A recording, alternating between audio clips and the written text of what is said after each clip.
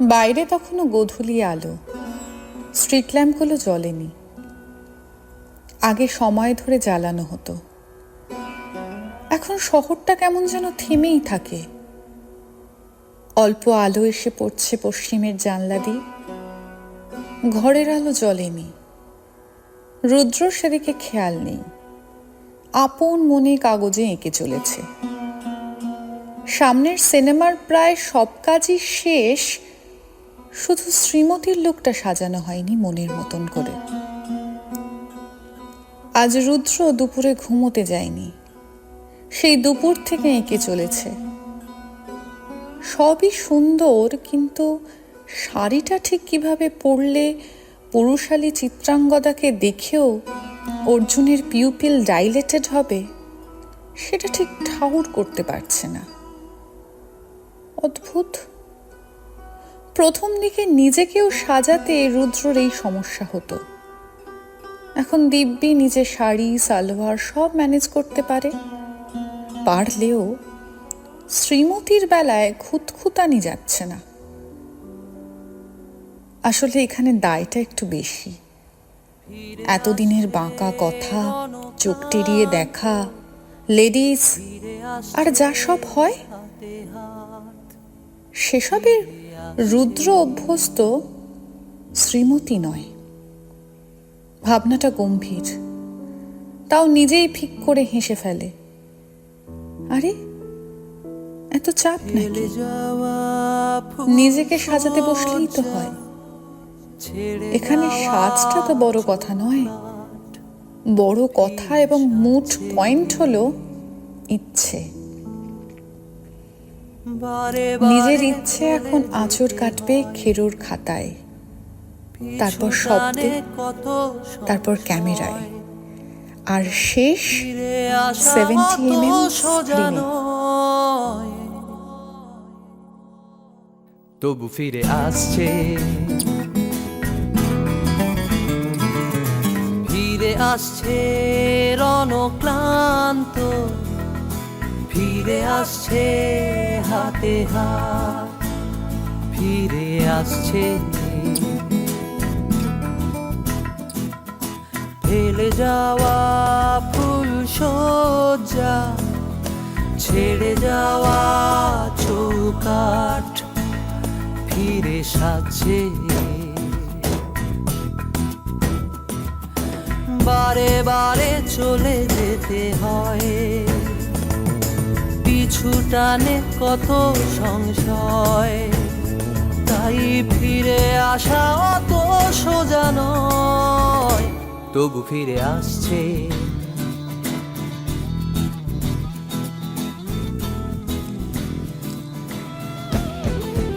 সাজসজ্জা সবই ফাইনালাইজড, তাও শ্রীমতীর পছন্দ হচ্ছে না। রুদ্র বুঝতে পারছে কেন হচ্ছে এরকম। ওর শুরুটাও তো এরকমই ছিল, সেই অনেক বছর আগে। তখন এপ্রিল মাসের 19 তারিখ সবে বিখ্যাত হয়েছে। প্যান্ট শার্ট তখনই ছেড়ে দিয়েছে, আঁকি বুকি কাটা পাঞ্জাবি পরে যাচ্ছে বিভিন্ন অনুষ্ঠানে। খাস অখাস সব খবর ডাকছে, মীর আমিররা মজা করার চেষ্টা করছে। তখন রুদ্র এসব পাত্তা দিচ্ছে না, তাও লুকিয়ে শাড়ি কিনছে, বেরোচ্ছে প্রতি রাতে, প্লিট করছে আঁচল। শহর দিনে কিছু না মানলেও রাতে সব মেনে নেয়। তখন অলিগলিতে পাতলা তাঁত পরে রুদ্র ঘুরে ছুটে বেড়াচ্ছে না। তখন রুদ্র পড়না, সব পুরুষ মাপছে, শক্ত করে ধরছে, আর রাস্তায় যারা মেয়েরা তারা রেগে যাচ্ছে। এই মিনসেটা এমন সেজে কি করে ফুসলিয়ে নিয়ে যাচ্ছে। তবে এই অন্ধকার কলকাতায় ওই রাতগুলোতে আদর ছিল না, অত্যাচারই ছিল। এক আসল পুরুষের সহজ আদরে যখন পড়েছিলাম, তখনই প্রথম তোমার গলা শুনলাম, ম্যাডাম ঠিক আছেন?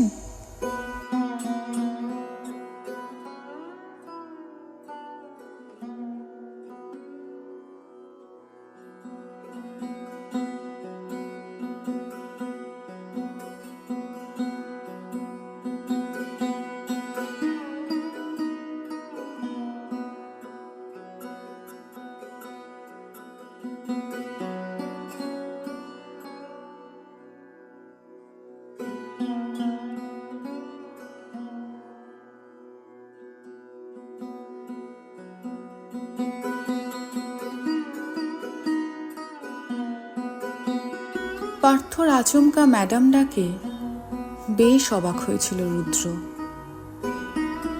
সেই রাতের আলাপ অন্যান্য দিন বা রাতের আলাপের মতন হলো না। এই প্রথম কেউ প্রেমে পড়ল রুদ্রর। নীল স্থিমিত, রুদ্রর সিনেমার মতন প্রেম না, জান্তব প্রেম, রক্ত মাংসের। ব্যথা আছে, উপশমও আছে, কিন্তু রুদ্র তাও বিশ্বাস করতে পারছিল না। আদর শেষে ম্যাডাম ডাকটা শুনে মনে হতো ওটা পার্থর অভিনয়। বহুদিন পর একদিন পার্থ ঘোর জ্বরের মধ্যে ঘুমিয়ে অস্ফুটে ম্যাডাম বলছিল। তার পরদিন সকালে পার্থ ব্রেকফাস্ট অন বেড পেয়েছিল।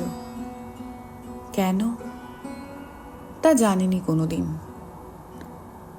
পার্থর গুণ বলতে ছিল তিনটে: প্রেম, আদর আর ছবি তোলার হাত। পার্থ বিশ্বাস করত সত্যই সুন্দর, সুন্দরই সত্য। দিব্যি কাটছিল। একদিন ভোরে পার্থ বেরোলো। শীতের সকালে শহরকে যেই ধোঁয়া ঢাকে সেই ধোঁয়ার ছবি তুলতে। সেদিন রাত 1টার সময় রুদ্র অবাক হয়ে কেওড়াতলার চিমনিটার দিকে তাকিয়েছিল। শহর ঢেকে ধোঁয়া হয়ে উড়ে গেল পার্থ। শেষের কবিতাই বটে। মোটরে মোটরে ধাক্কার জায়গায় মোটরে মানুষে ধাক্কা।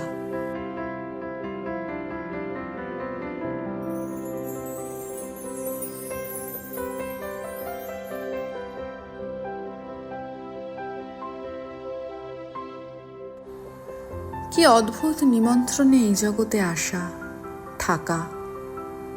সবাই প্রথমেই না করে দিতে পারত, করেনি। সময় দিয়েছিল পাল্টে যাওয়ার।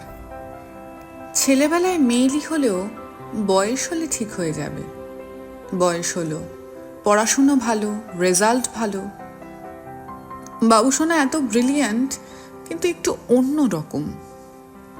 বাবু লেখো, ভাবো, তারপর সিনেমাও সুন্দর বানাও। ঠিক যেন আমাদের কথা বলো, কিন্তু আমাদের মতন হয়েও না। এটাই মা বোধহয় বলতেন আমার সব কথা জানলে। জানতে পারেননি, আমি বা জানালাম কোথায়? খুবই অদ্ভুত নিমন্ত্রণ রক্ষা করতে যেন এসেছি। আমার শরীরের দেওয়াল জুড়ে ক্ষয় হচ্ছে। যা বলছি তা বোধহয় আমি গুলিয়ে ফেলছি। যা করছি নিজেরই ভুল মনে হচ্ছে। প্রত্যেকটা শান্ত সহজ কথা চেঁচিয়ে বলতে হচ্ছে, আর চেঁচাতে পারছি না। শেষ কাব্য রইল গদ্য আকারে। এক কৃপণ হাওয়া কখন ঝড় হয়ে যায় কেউ জানে না। আমি নারী না পুরুষ তুমি ভাববে কেন? যাই হই আমি, ধ্বংস করবে তুমি। ধ্বংসস্তূপ তোমার, আমার স্রেফ ধুলো। আমার এটুকু চাওয়া, অন্তত এই নারী জন্মে তোমার মন ছুল। আমি এলাম আপাতত। যেদিন নিমন্ত্রণ সহজে হবে, যেদিন আমার সাজা সহজে হবে, যেদিন মৃত্যুর 1 দশক পর আমি এবং সব সহজ হবে, সেই দিন। A vestige of the thoughts that once I had, better by far you should forget and smile than that you should remember and be sad. Remember me when I'm gone away, gone far away into the silent land. Christiana Rossetti, remember.